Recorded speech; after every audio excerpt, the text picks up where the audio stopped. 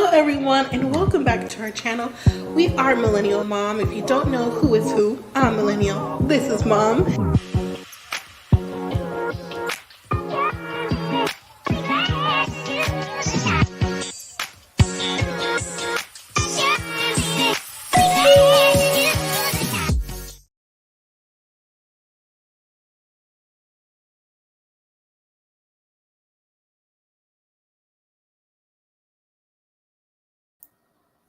Hello, everyone, and welcome back to our channel. If you're new here, I'm Mom or Kay from Millennial Mom. And you know what? I always tend to forget to unmute my mic while the intro is playing, but I'm here, so don't mind me.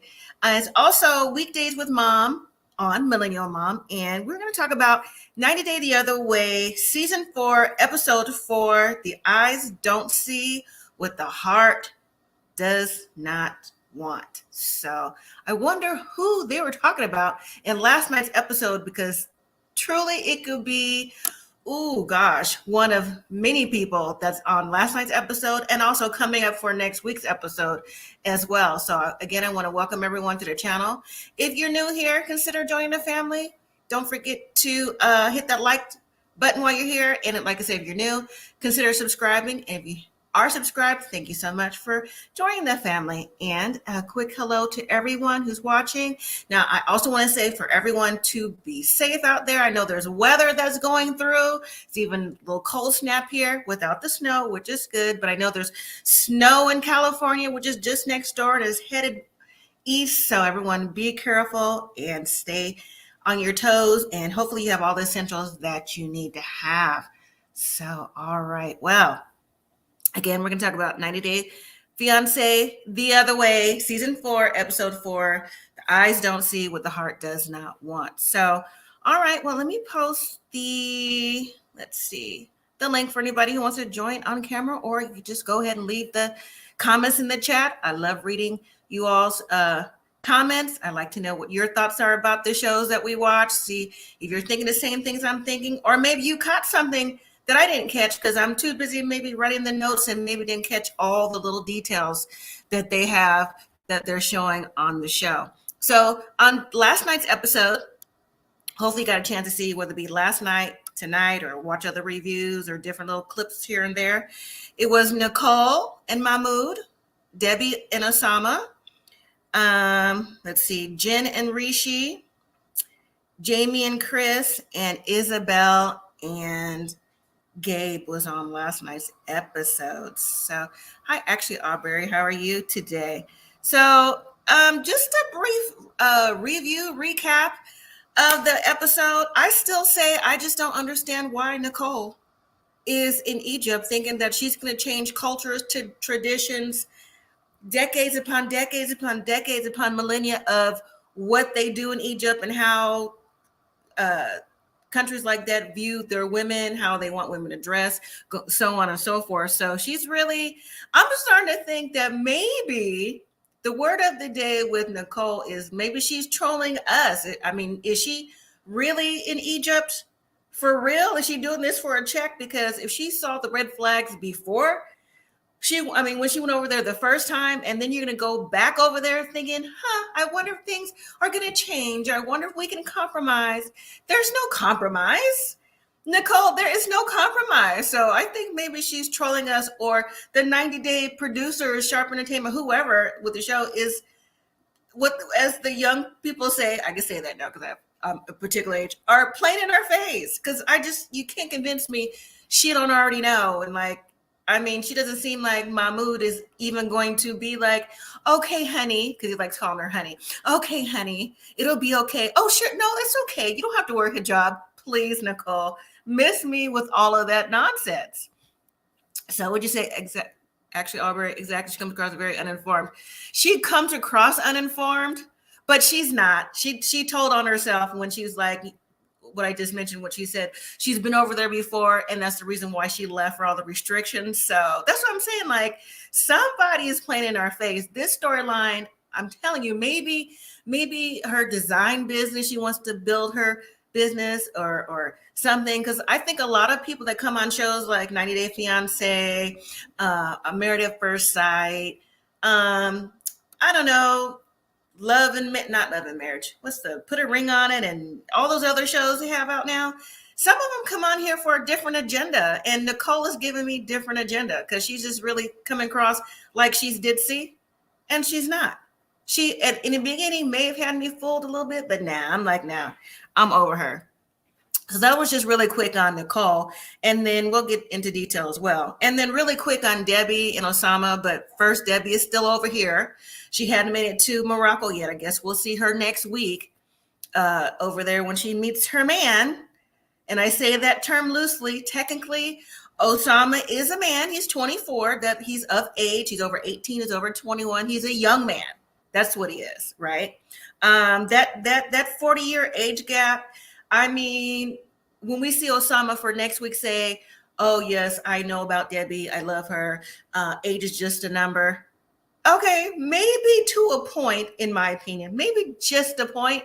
But when there is a more than 10-year age difference, that definitely starts with a generational thing. It's definitely like different decades of when you grew up and how you think about things definitely change as time goes on.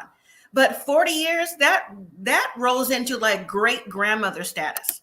She's 67, so if you figure like a lady has a child, let's say 20 and 25, and then they become grandparents 40, 50, and maybe, Debbie's late 60s, pushing 70, you eligible to have a great grandchild, and that would be his status, depending on, where along the lines your kids have children, but still, like, no, age is more than a number when it comes to this, artist or no artist, apparently what they have in common, supposedly. Actually, Aubrey, you say some of these reality shows cast seems to suffer from delusions, or she could be promoting her brand. Somebody is promoting their brand for sure. Definitely so. I understand also maybe come on the show because of real love, but I think there's, those are maybe far and few between in there. But I do think a lot of people just, I'm on a TV show. This is just my opinion. This is for entertainment purposes only, these reviews that we give for 90 Day Fiancé, Married at First Sight, and other shows that we do. But I'm just saying, like, no. But anyways, so yeah, all right. So let's move on. Then, like I said, I'll get into a little bit more detail. And then Jen and Rishi, I think Jen is finally seeing the flag starting to blow in the wind. Although she can't see what color it is, I think she thinks it's red. She's making out as like in the red family, but she just can't quite see the color, even though that wind is that flag is like back and forth. So Jen is not, young and immature. She might think like maybe this one might be a fewer chance of her finding love or whatever because she's of a particular age too, but that's not true. Love comes in all forms, all shapes, all sizes, all ages. But really, Jen is someone else too who knows that the culture where Rishi comes from is about arranged marriages, but somehow she thinks that it's not going to affect her. I just, it's like, do your research. These ladies and these gentlemen also have been back and forth before, so they should know what's going on. Like the traditions, and the culture in different places don't change just because you came over and you found love. So the delusion of it all. And then real quick about Gabe and Isabel. Okay, so Gabe has finally made it to Colombia. Isabel brought the kids. The daughter knows that Gabe is trans and the son doesn't know. They haven't told him yet. But everyone is happy that the family will be together and Gabe is going to be there. I was just really surprised that Gabe is as short as he is. I didn't realize when he stood next to Isabel, who's not exactly like tall. She's just regular average, but he's like short, so he's nervous about being there, and so is she, and I get it. I just get it in general. I know that's part of their storyline, not just the love part, but just the fact of accepting him because he's trans. But I just really don't want the focus. Hopefully they just don't show it just on him being trans. I just want the love story to play out. If it's going to play out, it's going to play out. So in my opinion. And then really quick on Jamie and Chris. Well, apparently they had a good night. Chris is all up on Jamie. She's just all, in her face like this. And just one of the things, one of the things that I thought was a little interesting was that their conversation about toothpaste and how Chris said that, is it Chris? Yes, I'm sorry. And that Chris said that TSA threw away her toothpaste. I'm thinking, why did you have it in your bag with you? There's only like a certain amount that you could bring with you on board. All that stuff has to go, in the suitcase, like with the rest of the stuff, not in your carry-on. But she was saying how she's allergic to certain types of toothpaste, certain type, with mint and stuff in it. But I'm like, but you're saying all this, so clearly you just woke up. Both of you say sex was great, sex was amazing, but no one brushed their teeth. So that's the part that I was getting past it. So yeah, I'm thinking they could have that conversation like after maybe she gargled or something. I don't know. So that's just me. That's what I took away from it. So those were the people that was on the show last night. So let me just circle back around to Nicole and Mahmoud. So she gets picked up from the airport and they can't even get out the airport without the conversation of her clothes, excuse me. And just the look on her face, right? The look on Nicole's face was priceless. And I'm like, Nicole, why though? Why do you always have to seem like everything is surprising to you? That's what I don't understand. So Nicole, so they get to, hi Dolores, how are you? So they get to the house and everyone is welcoming to Nicole, but she's surprised still and still saying that, oh, well, it's a lot of people there because his mother's the matriarch of the family. Well, mothers are matriarchs of the family, unless you have the grandmother there, but it's still, like that. And she wants privacy. I mean, she wants to get an apartment and everything like this. I mean, did they have privacy before she left to come back? Didn't she know this is how things were? See, that's the thing with Nicole is for me. Like she's over-explaining herself over and over and over again and just really think things are going to happen as if she can talk Mahmoud into allowing her to not wear the type of clothes that they wear, things like that. I mean, she got married with him, crashed someone else's wedding, and doing that, she had to wear traditional, maybe not as traditional, but clothing that covered her wrists and down to her ankles and things like that when they crashed someone's wedding. So in order to stay with each other. So I just don't understand why Nicole is constantly over-explaining her point to Mahmoud and constantly over-explaining the point to us, the viewer, because it's not working. I feel like Nicole is showing passive-aggressive disrespect to Mahmoud and the family. Did y'all notice how she was sitting around with the brothers and the nephews and everybody, nieces and nephews and the sister and everybody else? She was just like looking around like she was so uncomfortable. They, like I said, they welcomed her back to the house, welcomed her back to Egypt. And yeah, they were saying that they were teasing her, saying like, oh, well, that if she tries to go back to America, Mahmoud said, well, maybe I'll hide her passport and she can't go anywhere. And then there was that like awkward laugh. And the way that Nicole looked, I'm thinking, Nicole, listen, that laugh might be awkward, but somewhere along the lines, you may want to take that serious. You left once, you're back. You're in Egypt. You have to follow their customs, their culture. And, women aren't exactly looked at the same value or as first class or second class citizen like a man. So you don't know. She don't know. So I would have took that, I would have made sure at all times I have my passport with me. And then also too, before I read your comments, the sister-in-law came from another country. I believe they said she came from China. The sister-in-law has adjusted. She even speaks Arabic. She speaks English as well. And, she got on her hijab. She's sitting there and she's saying like, oh, Nicole's asking her, do you have friends? She's like, no, I don't have friends. And her husband, Mahmoud's brother's like, no need for friends. You have family. I was like, see there? Another thing that you may not want because Nicole is such a free spirit. And so the sister-in-law and the brother-in-law was telling her too at different times that she can go out once her Arabic gets better right? To get to shopping, things like that. And sister-in-law's like, yeah, you go everywhere with me. I'm like, they're telltale right there. So Nicole is just, I don't know, she's just honestly looking as if she has no idea what's going on. And I don't get it. All right. Actually, Aubrey, you say 40 plus age gap is sickening. He'll be changing diapers. Oh, yeah. Yeah, we'll get around to that back again. True. Yes.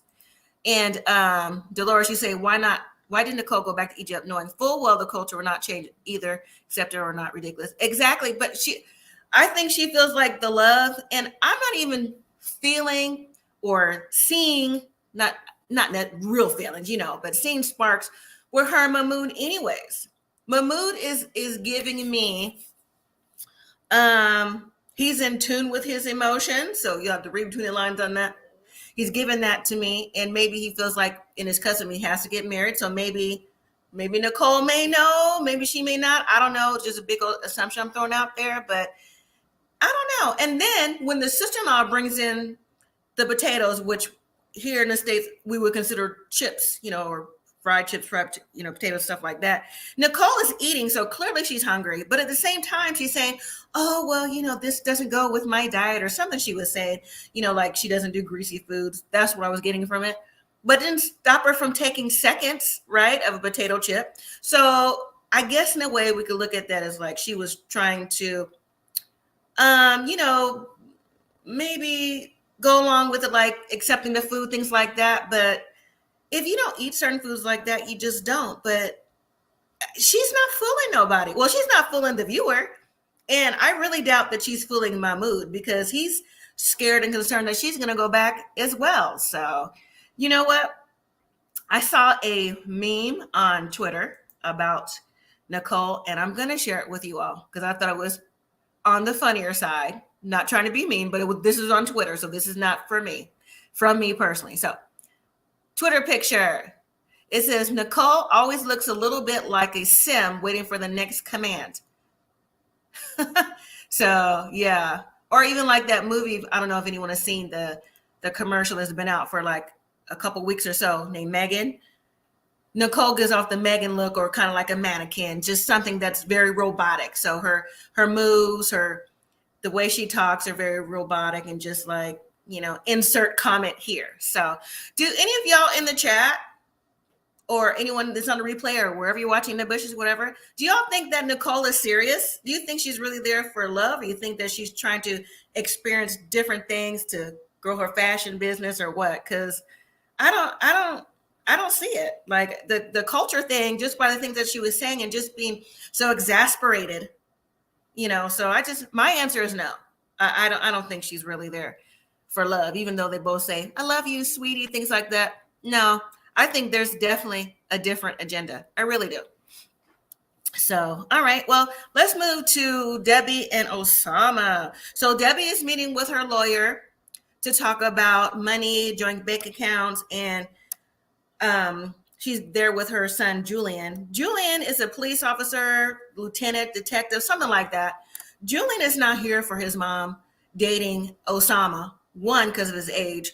2, because of his age, and 3, because of his age, and in that order. And I don't blame him. So back to your comment, actually, Aubrey, the 40-year age gap is sickening. He'll be changing her diapers, right? 67 and 24 as the taping. So they could be 68 and 25 now. But one of the things I find interesting is that Debbie, I believe on last week's episode, said that she visited him before the lockdown, excuse me. And that was 3 years ago. So 3 years ago, he was like 20, 21. And Debbie was, 62, 63, 61, 62? So she was still older. So, even though Osama is starting his life out and he's a poet, he's an artist, things that Debbie does as well, does that mean that you've clicked, that you're grown, that because, he's like, oh, this was nice. You did something, you painted or sculpted something, this was nice, and vice versa. Does that mean, oh, this young man likes me, maybe I should go to Morocco for a relationship? And yes, I would say the same thing if the roles were reversed, if this was a man. I mean, it's doesn't sit right. Now, if Debbie wants to have, and this is just what they say now, a sugar baby, then just say that. If that's what you want, just say that, because he is not a man that's going to carry you further in life, because one, you've seen and done 99% of the things he's not experienced yet. So anyways, let's see. Albert, you say depends what kind of relationship has Nicole experienced before. She seems odd to me, so I think she may have limited dating relationship experience. Okay. And Dolores, he said, no, I don't think so. Yeah, I don't know about that either. And so anyway, so back to Debbie and Julian. So the lawyer and even her son was saying that in a way she believes that sending Osama money isn't the right move. But at the same time, she's like, well, I don't think that he would, like, because he hasn't asked me for money. And Julian said, yeah, I agree. He hasn't asked you for money yet. But how is he gonna afford you and the lifestyle when you go over there? Because that's another country similar to Egypt, where women can and can't do certain things, and also have different traditions as well. So I'm not sure if Debbie thinks that she'll be able to get around that as well. But Debbie is confident in Osama being the one. She said love has landed her here, and she's crazy for Osama. And of course, Julian's like, Mom, he's manipulating you. And Debbie just doesn't think so.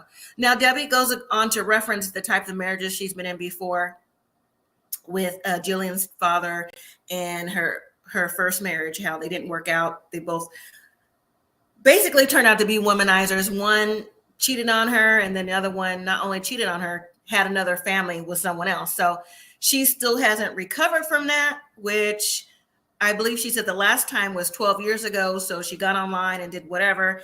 And that's how she met up with Osama. So she is determined to move to Morocco with hoping for a fairy tale ending. Now, do you all think it will be a fairy tale ending or not?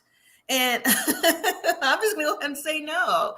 I'm trying to be positive because the show hasn't played out, but just for the clips that we've seen previewing the storyline for all the couples when the show first comes on, she calls him, "You're not a man, you lied to me." So I'm thinking, well, he's again 24. He's younger than your son, and he's just young in general, trying to live his life and do whatever. So I don't know. It's not about her keeping up. It's just the fact that, if you just want a companion, someone to talk to, just say that. That's all I'm saying. And Julian doesn't think that his mom has never sent him money. He's feeling that she has. Even I'm feeling that maybe she has too, because why else would he stick around? Okay, I just answered my own question in my head. He might stick around maybe to possibly come back to America. Maybe gets her over there he already knows that he swept her off of her feet, because clearly I'm sure she's acting as such.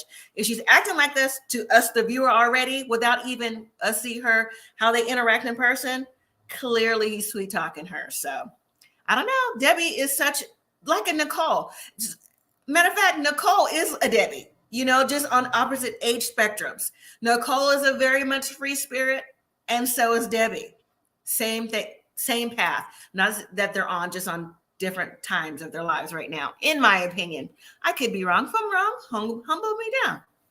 So let's see. Actually, Aubrey, you say she doesn't have to leave the country to get a sugar baby. True. She's a unicorn type person. She ignores facts and thinks love makes everything work. That's not reality, in my opinion. Okay, I agree with that. Right. And Dolores, you say the lawyer was looking at Debbie like she was delusional, because she was. She was delusional, especially when she found out that she was 24. He was 24 years old. Yeah, I mean, I look at Debbie like she's delusional. I'm looking at Nicole like she's delusional. I really, sometimes when watching these shows, whether it be this show or even A Married at First Sight, sometimes I literally, when I'm writing notes, pause the show and I'm thinking, are they serious? Like, did I hear this right? It's like I'm questioning my common sense when I'm watching these people on TV trying to convince me of their agenda when it doesn't even seem like it's real. It just doesn't seem real to me. But I don't know. Common sense and everything else has different levels, and I'm not on their level, but it's okay. It's for TV, and I get it.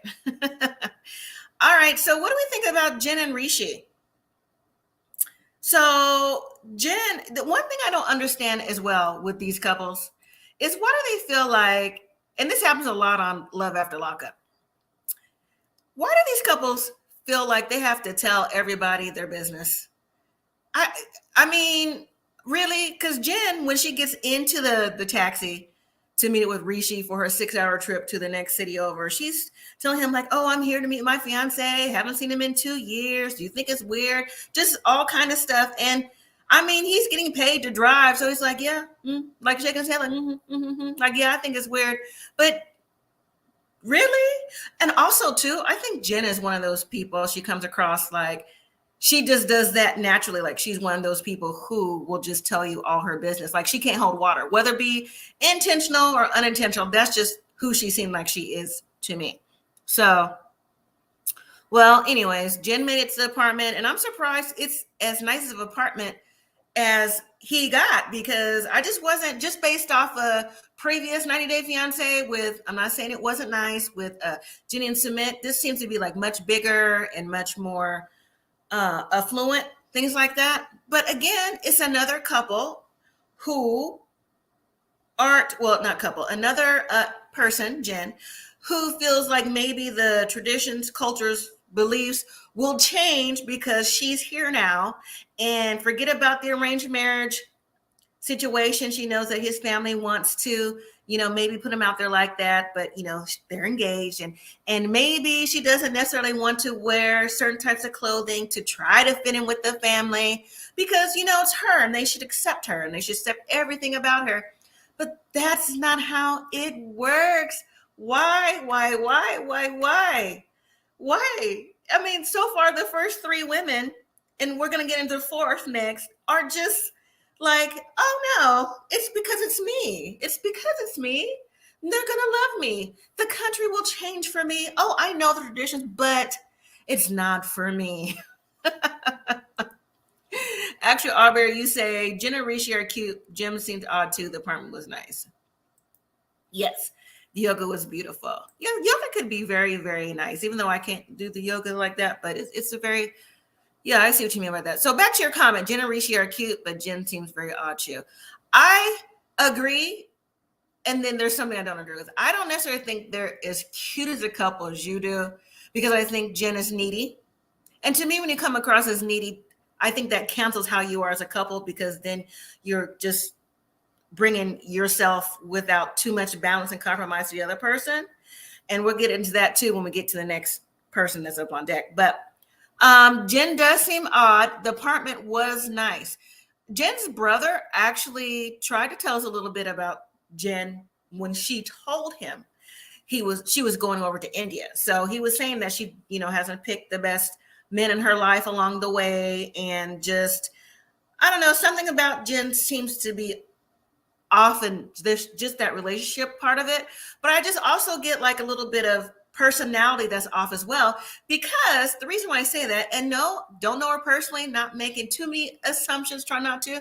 I'm just going off of what we're seeing on TV, and what I'm seeing on TV too. Not just that, but even when Jen met with her two friends to tell them that she's going over to India, and just the way that she said her relationship with her two friends that she's known since high school, how they even stopped talking to her just based off of the type of relationship they had, or something was said and now they came back together, and how they view Jen and her personality. So something is off there as well. So, but Rishi says that it's worth the risk to be with Jen, that even though his family doesn't know that she's there, and that he's trying to convince his mom to, while they're having breakfast too, yes, he knows that people are there to meet him, but he's trying to convince her like, "Oh, not right now. I have too much work at the gym. So maybe later." And, even though the mom right now doesn't know that Jen is there, that's Rishi's way of getting to Jen. So when he finally does see her at the apartment, she's grateful for the apartment, grateful for the size. Turns out that there's no real amenities there. She said there was no towels, there's no toilet tissue, there was no blankets. So, her first night there, she was having a hard time. But then too, as they talk and as the show goes along, Jen was saying things about Rishi that she feels like the conversations that they're having about the family, knowing she was there and meeting them and everyone getting together, that he's seeming to sweep things under the rug. Well, yes, he kind of feels like he has to, because he knows that the family wants him to get married him off in an arranged marriage cycle, and that they actually have people from from other villages coming to meet him like right now. And he doesn't want Jen to know that. So yes, he's sweeping it under the rug, but I just wonder if Jen is believing him, because like I mentioned in the top of the show, that I believe that Jen has seen flags waving in the wind. They're there, they're waving, but she don't know what color they are. I think she's like, is that pink? Is it purple? No, it's red. Jen is red. So, yeah, I don't think Jen is actually embracing the culture like she claims she would and will to her friends and family as she got there, because things have definitely changed. Actually, Aubrey, you say Jen seems to want to be the center of attention. I think her friends and family know that she's different, right? Different. LO. Exactly. There it is right there. You might drop that one, actually, Aubrey. I agree with that comment. So later, as Jen and Rishi go to get some traditional traditional clothing to wear to meet the family, Jen is even questioning the person who's like trying to help her pick out stuff. She's like, does it look appropriate? Does it look like I like this, all this and that? I'm like, why do you have to go so hard in at the salesperson trying to help you? He's trying to help you. And yeah, she just, I don't know. She wants just to come out and be, I think, the bride. And she wants the family to accept it no matter what. So I don't know how that's gonna turn out. And then yes, I didn't talk about the yoga scene, but Jen and Rishi did do yoga, and when he came over to visit, I guess that's to get her to get things calm and everything like that. It didn't necessarily work, and then also too, after the salesperson was going back and forth about the traditional wedding attire that Rishi wanted her to find and pick out, she decides that she's going to get upset. She gets up and she walks out, telling him that, you know what, don't try to convince her of what she should be doing. When it's time when he finally makes a decision, to let her know. And so he does get up and go after her, and he talks to her, trying to make things okay. But again, I don't know. Jen's head is spinning, and she's going to get a rude awakening next week whenever we see her meet Rishi's family. So yeah, I think that Jen will be back home maybe sooner than Nicole. That's what I'm getting from it. I could be wrong. I don't know. Anyways, let's see. All right, so we have next. I have Gabe and Isabel up next. Let me read your comment, Dolores. You say Jennifer seems entitled. Don't think that relationship will work. Right. I don't think so either. Because she's skipping past those traditions and culture too. Like it doesn't. It's not for her. But I don't get it. They've been over before. They know how ladies dress. You know what the culture is and what their tradition is. They told us about it, but yet again, I don't have to, because it's me. So that's their explanation. So next up is Gabe and Isabel. So Gabe has finally made it to Colombia. I mean, this whole time, he's been on that plane a really, really long time. So look, because he left before Jen and Nicole, but he's finally in Colombia. And so Isabel are on the way. Isabel and her kids are on their way to pick him up, and they all seem to be excited about it. They always have been from the very beginning, excited that he's coming. So far, the connection seems like it's there. The love story is there. It's just the fact of the lingering secret that Gabe has of telling Isabel's family that he's trans, and if it'll be accepted. So they're at the airport. He's there. They all meet, like I was saying earlier in the show. Gabe is really short. Wasn't expecting that. Thought it was just average height, but he looked like he's about, I don't know, 4'10", 4'11" on the shorter side. But I'm sure that's not going to stop him or her from nothing that they have planned, I'm sure. And then later, after the airport scene, we have Isabel and Gabe walking around the neighborhood. They stop at a food vendor. They try some food. She's like, just give it a try. He's asking her what it is, and it turns out it's cow intestine. And so he was a good sport about it. But still, while they were talking, and they're again talking about what's going to happen. Now, they're happy. Isabel's happy. She's moved to a different city to be with Gabe for everything to go off without a hitch.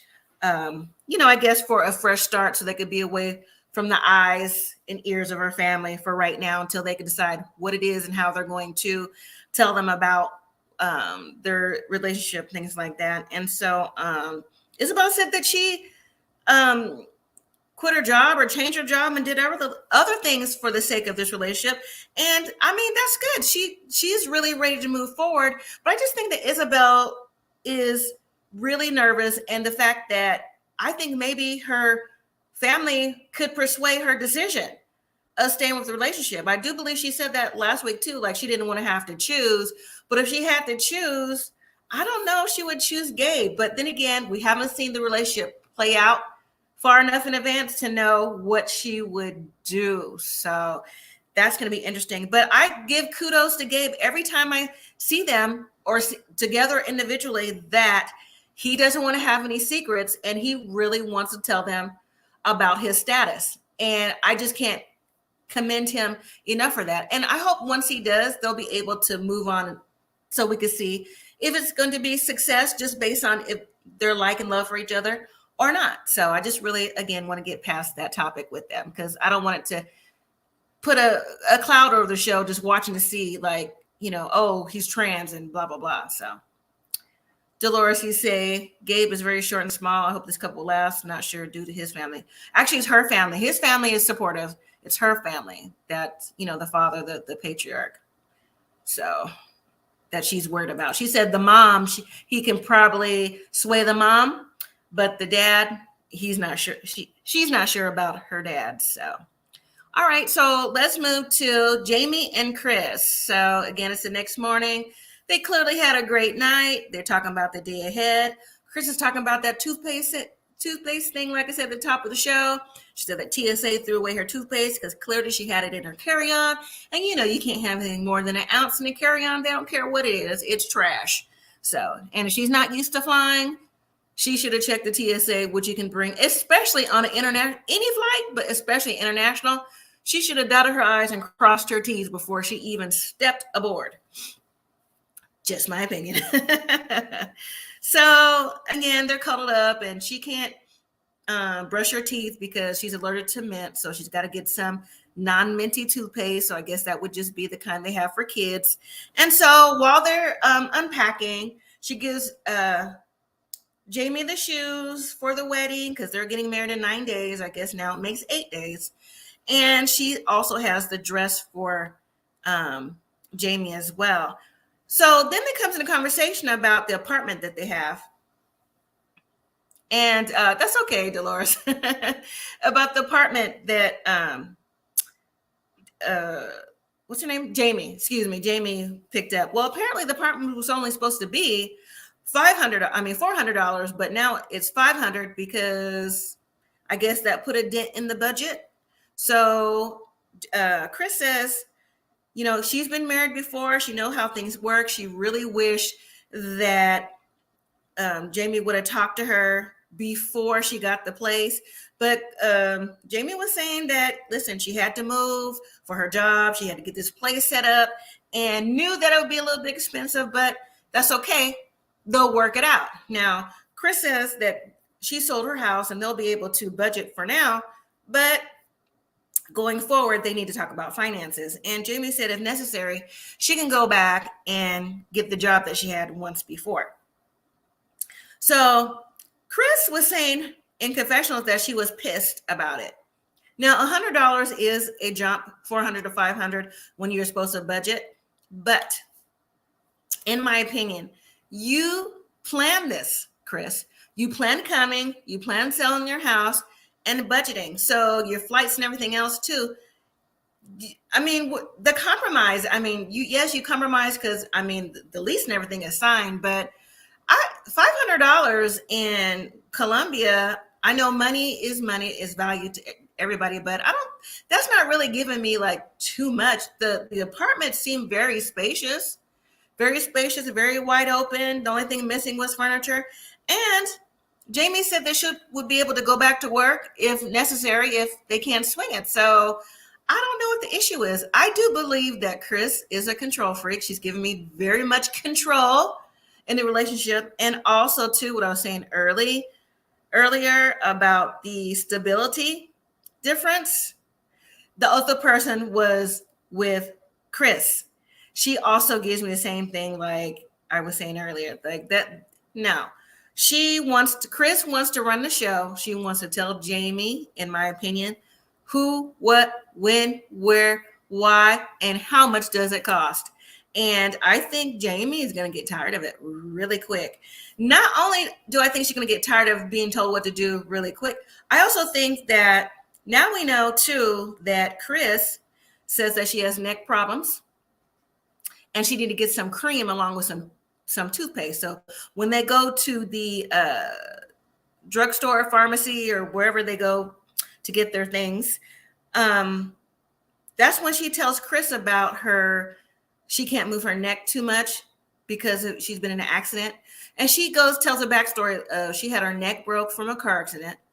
And then she was in the hospital for 7 days. I'm thinking only 7 days if your neck is broken. I personally would think it would be a little longer than that, but just me, I don't know. And then she said when she was released from the hospital, she was rear-ended and that messed up her back. I'm like, Jamie is Chris is a walking, I don't know, accident. Body is going in different directions as she's getting older, and maybe the arthritis is kicking in, and just she needs different creams, different surgeries. She can't sleep well. She's got narcolepsy going on, so she's got a lot of health and medical issues that apparently Jamie was looking like for the upcoming episodes. She didn't realize that Chris had all this stuff going on, and she's only gotten here recently, and she's finding this out now. I'm thinking, well, I mean, I guess that may not have been the topic of conversation for the whole entire year you were talking, but you would think something would have came up. So she did know about the narcolepsy, but the other things too. Yeah. So I think maybe Jamie is thinking, I don't want to have her over here and I have to take care of her. That's the vibe that I'm getting. That's the definite vibe that I'm getting from this couple. But as far as Jamie and Chris, I'm definitely on the fence about them making it just based off of Chris and her being that personality that's more, like I said, who, what, when, where, and why, and how much did you spend, kind of just the control freak aspect of it. So I'm not sure how long this relationship will last. I'm gonna right now be on the fence. I'm gonna tip towards the no side on Jamie and Chris. I'm tipping towards no, just based off of that. So would you say, Dolores? I see everyone not willing to compromise except Gabe. Exactly. I firmly agree on that one. And they were next in line. I see Gabe and Isabel lasting. I can see them going far. I even hope that even if there isn't a solid yes from Isabel's family, that they continue to try to foster their relationship because they really seem like they are a good couple. And that's hard to get on shows like this, but I really think that love is there on both ends for them. So I'm going to stick with a yes for them for right now. Jen and Rishi, no. I think, like I said, she might beat Nicole back home, because when she finds out about the arranged marriages and that Rishi is actually not telling her the whole truth, I think that's going to sway Jen to maybe come on back. But she doesn't want her family and friends to be like, I told you so, since maybe they told her so the first time she went over there when she was just introduced as the friend. So on that, Debbie and Osama, I think Debbie's going to find out real quick that Osama is 24. A reminder every day. He is 24, and 24-year-olds, like I said, you could be a mature 20, 21, 22, 23, 24, 25-year-old. Are there many? Not really, but there are some. So I don't think she has one though. I don't. So it's a no for me on Debbie and Osama. And then Nicole and Mahmoud, you already know for me. It's no. Like I said, keep saying no till you run out of breath because it's no, no, no, no, no. All right. So on the preview of next week's show, Jamie and Chris are out shopping for protection. Apparently, Chris carries protection on her at all times, and that's what she's used to doing. And Jamie says Chris is behaving like a psychopath, she called her, and she wasn't sure about having a weapon or anything like that because she just can't get past Jamie, her medical conditions, and now wanting to pick up a weapon. So Chris isn't here for Jamie. I don't think so. Long haul. And then let's see. And then, like I said, Debbie is finally headed to Morocco to be with Osama. And then when we see Osama in his confessional, he's actually riding his skateboard around. He's riding his skateboard in confessional. Talk about age is nothing but a number. I'm waiting on Debbie to come. I mean, if that's not telltale signs right there, I don't know what is. Okay. And Debbie, I mean, she's adventurous. She's young at heart, free spirited. She might get on a skateboard. You never know. But listen, I didn't come over to Morocco to go skateboarding. Came over here to be with my man. But that's just me. And then Jen is going to be either meeting with a friend of the family or somebody close to family with Rishi, and he's telling her, the friend, about the arranged marriage expectations that the family has for Rishi. And Jen is actually standing there blindsided. And she's actually saying, oh, so he's lied to me. No, I don't think he lied to you because you knew this already. You just thought you were the exception to the rule, just like Nicole. I mean, I just think that's obvious. And then next week, we'll also see Danielle and Johan disagreeing about Johan possibly talking to another lady. And she's saying that he can't be honest. And another one that was blindsided. But this time it was Danielle blindsiding Johan in his own country because she wants to stay there. And Johan wants to come to America. She is spoiling his American dream. And then finally, we have Nicole in Egypt having a breakdown in the bathroom while Mahmoud is trying to convince her to come out, ask her, honey, what's wrong?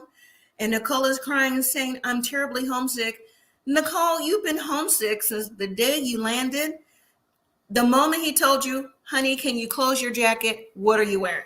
She's been homesick. And it just compounded with the family being on different levels of the home, the sister-in-law wearing her job, the sister, all the kids, and all the activity that happens at the mother's house where the joint family lives at the compound. So let me read the last comment. Dolores, you say, generally speaking, men mature much later than women. Exactly, they do. But 24 and 67, I just don't even understand how that's even like a relationship. Like she sees that as something that's going to be long term. So, well, all right, everyone, that was the episode. So it didn't really, it gave a little bit, but hopefully we can see a little bit more next week when Debbie finally gets to Osama. Because I really want to know how they are just going to even engage when they're in each other's spaces. And then also to see how Nicole is going to come out of that bathroom to see if she's going to come out and what she's going to say, because Nicole was actually having a slight nervous breakdown. Don't mind my dry skin, you guys. That's from my condition. A breakdown when she was sitting on the sofa talking to the family. So, yeah. What'd you say? Actually, Aubrey, you say Johan should get away from her. She treats him like he's inferior. Exactly. Yes. Dolores, you say, I'm hoping Johan leaves Danielle. No, he wants to come to America. So unless he gets someone else. And then actually, Aubrey, is the 67 going to have his... Oh my gosh. If she could, she would. If she could, she definitely would. So, well, all right, everyone. Thank you so much for joining me. I appreciate you all. Thank you for hitting the like button, subscribe, and your comments. I love reading the comments, seeing your point of views on the show. Don't forget, we have Married at First Sight on Wednesdays. I go live on Thursday evenings to recap the show live. And Millennial may join me in a couple of weeks when she's on a spring break. So we'll see for that. But all right, everyone, until next time, thank you again. Be safe and live simply, be grateful. I will see you all next time. Good night, everyone.